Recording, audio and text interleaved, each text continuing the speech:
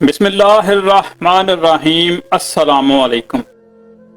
हजरत श्री सक्ति रहमतुल्लाह अलैह के हल्का अरादत में शामिल होने से पहले हजरत जुनैद बगदादी रहमतुल्लाह अलैह अपने वालिद मोहतरम की दुकान पर बैठते थे।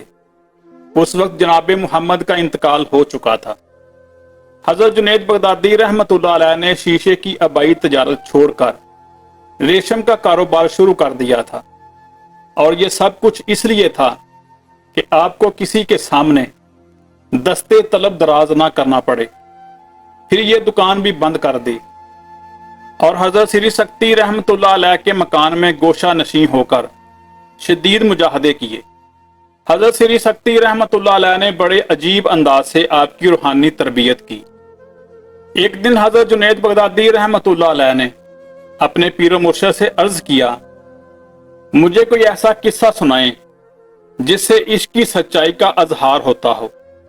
हजरत श्री सक्ति रहमतुल्लाह अलैह ने एक कागज पर कुछ तहरीर किया और कागज हजरत जुनैद बगदादी रहमतुल्लाह अलैह की तरफ बढ़ाते हुए फरमाया, इसे पढ़ लेना, ये तुम्हारे लिए 700 किस्सों से बेहतर है।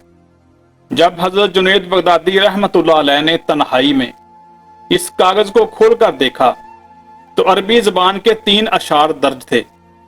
जब मैंने मोहब्बत का दावा किया तो वो बोली कि तुम झूठे हो। अगर तुम्हें मोहब्बत है तो तुम्हारे हाथ पांव इतने दुरुस्त क्यों नजर आ रहे हैं।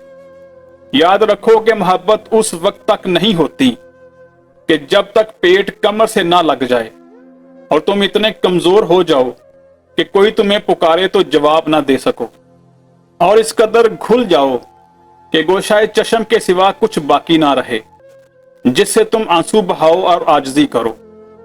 ये अशार पढ़कर हजरत जुनैद बगदादी रहमतुल्लाह अलैह पर गिरिया तारी हो गया और आपके सीने में आतिशे इश्क इस तरह भड़की कि हक ताला की याद के सिवा सब कुछ जलकर राख हो गया।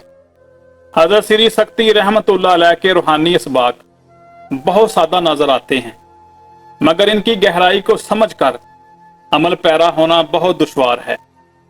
हजरत जुनैद बगदादी रहमतुल्लाह अलैह ने पीरो मुर्शिद के दर्स को बगौर सुना और उस पर सख्ती के साथ अमल किया, यहां तक कि आप पर मार्फत के अजीब अजीब असरार मुनकशफ होने लगे। आप अपने इस रूहानी इनकलाब के बारे में फरमाते हैं, मैंने पीरो मुर्शिद को अक्सर ये कहते सुना था कि इश्क में बंदा तरक्की करके उस दर्जे तक पहुंच जाता है कि अगर कोई उसके चेहरे पर तलवार भी मारे तो उसे खबर ना हो। मुझे इस बात के दुरुस्त होने में शक था कि क्या इंसान पर ऐसी कैफियत भी तारी हो सकती है, मगर जब मैं खुद इसी हालत से गुजरा तो मुझे पीरो मुर्शिद के कौल मुबारक पर यकीन आ गया कि आप सच फरमाते थे। बचपन में हजरत श्री सक्ति रहमतुल्लाह अलैह ने आपके बारे में फरमाया था कि अल्लाह तेरी जुबान से फैज जारी करेगा। हजरत जुनैद बगदादी रहमतुल्लाह अलैह को इस बात का बहुत कलक था। आप समझते थे कि पीरो मुर्शिद का इशारा तकरीर व कलाम के जरिए दुनियावी कामयाबी हासिल करने की तरफ है। फिर जब आप हजरत श्री सक्ति रहमतुल्लाह अलैह के हल्का अरादत में शामिल हुए तो अक्सर पीरो मुर्शिद की इस पेशगोई को याद करके उदास हो जाते थे। हजरत जुनैद बगदादी रहमतुल्लाह अलैह समझते थे कि आखिरत की कामयाबी आपकी किस्मत में नहीं है। वक्त गुजरता रहा और हजरत जुनैद बगदादी रहमतुल्लाह अलैह रियाजत व मुजाहदात के साथ पीरो मुर्शिद की खिदमत गुजारी में मसरूफ रहे। आखिर एक दिन एक ऐसा वाकया पेश आया जिसने आपका सारा रंजो मलाल दूर कर दिया। हजरत जुनैद बगदादी रहमतुल्लाह अलैह फरमाते हैं कि एक रोज मेरे पास 4 दिरहम थे। मैंने उन्हें पीरो मुर्शिद की खिदमत में पेश करते हुए अर्ज किया, ये आपकी नजर हैं, इन्हें कबूल फरमा लीजिए। हजरत श्री सक्ति रहमतुल्लाह अलैह अपने मुरीदे खुश एतकाद के इस तर्ज अमल से बहुत खुश हुए और किसी तामल के बगैर वो दिरहम कबूल फरमाए। फिर हजरत जुनैद बगदादी रहमतुल्लाह अलैह को मुखातब करते हुए बोले, नौजवान तुझे फलाही उखरवी हासिल करने की बशारत हो। हजरत जुनैद बगदादी रहमतुल्लाह अलैह को पीरो मुर्शिद के इरशादे ग्रामी पर हैरत हुई। फिर नहायत पुरशौक लहजे में अर्ज करने लगे, आप किस वजह से फरमाते हैं। हजरत श्री सक्ति रहमतुल्लाह अलैह ने फरमाया, مجھے اس وقت 4 درہم ہی کی ضرورت تھی اور میں نے دعا مانگی تھی کہ الہی یہ رقم مجھے اس شخص کے ہاتھ سے دلوا جو تیرے نزدیک فلاح پانے والا ہو۔ اس خوشخبری کے بعد حضرت جنید بغدادی رحمت اللہ علیہ کا وہ ملال دور ہو گیا جو پیر و مرشد کی پہلی پیش گوئی سے آپ کے دل پر نقش ہو گیا تھا۔ پھر حضرت جنید بغدادی رحمت اللہ علیہ کی روحانیت اس درجے تک پہنچ گئی تھی کہ حضرت سری سکتی رحمت اللہ علیہ بھی آپ کی گفتگو سن کر حیران رہ جاتے تھے۔ ایک دن حضرت جنید بغدادی رحمت اللہ علیہ پیر و مرشد کی خدمت میں حاضر ہوئے تو عجیب منظر دیکھا۔ ایک شخص خانقاہ میں بے ہوش پڑا تھا اور حضرت سری سکتی رحمت اللہ علیہ اس کے قریب حیران و پریشان بیٹھے تھے۔ حضرت جنید بغدادی رحمت اللہ علیہ نے فکر مندانہ لہجے میں عرض کیا، آخر اس شخص کو کیا ہوا ہے کہ یہ اپنے ہوش و حواس کھو بیٹھا ہے؟ حضرت سری سکتی رحمت اللہ علیہ نے فرمایا، میں نے اس کے سامنے قرآن حکیم کی ایک آیت تلاوت کی جسے سنتے ہی یہ بے ہوش ہو گیا۔ حضرت جنید بغدادی رحمت اللہ علیہ نے عرض کیا، آپ وہی آیت دوبارہ تلاوت کیجئے، یہ شخص ہوش میں آ جائے گا۔ حضرت سری سکتی رحمت اللہ علیہ نے بڑی حیرت کے ساتھ اپنے مرید اور بھانجے کی طرف دیکھا، پھر باواضح بلند وہی آیت مقدسہ تلاوت کی۔ چند لمحوں بعد وہ شخص ہوش میں آ گیا۔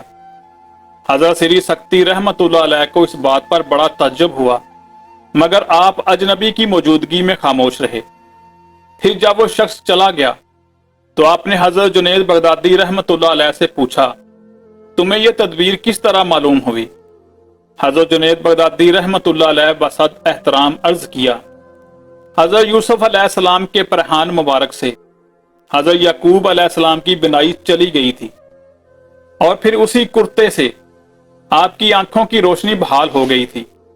حضرت سری سکتی رحمت اللہ علیہ کو حضرت جنید بغدادی رحمت اللہ علیہ کا یہ جواب بہت پسند آیا۔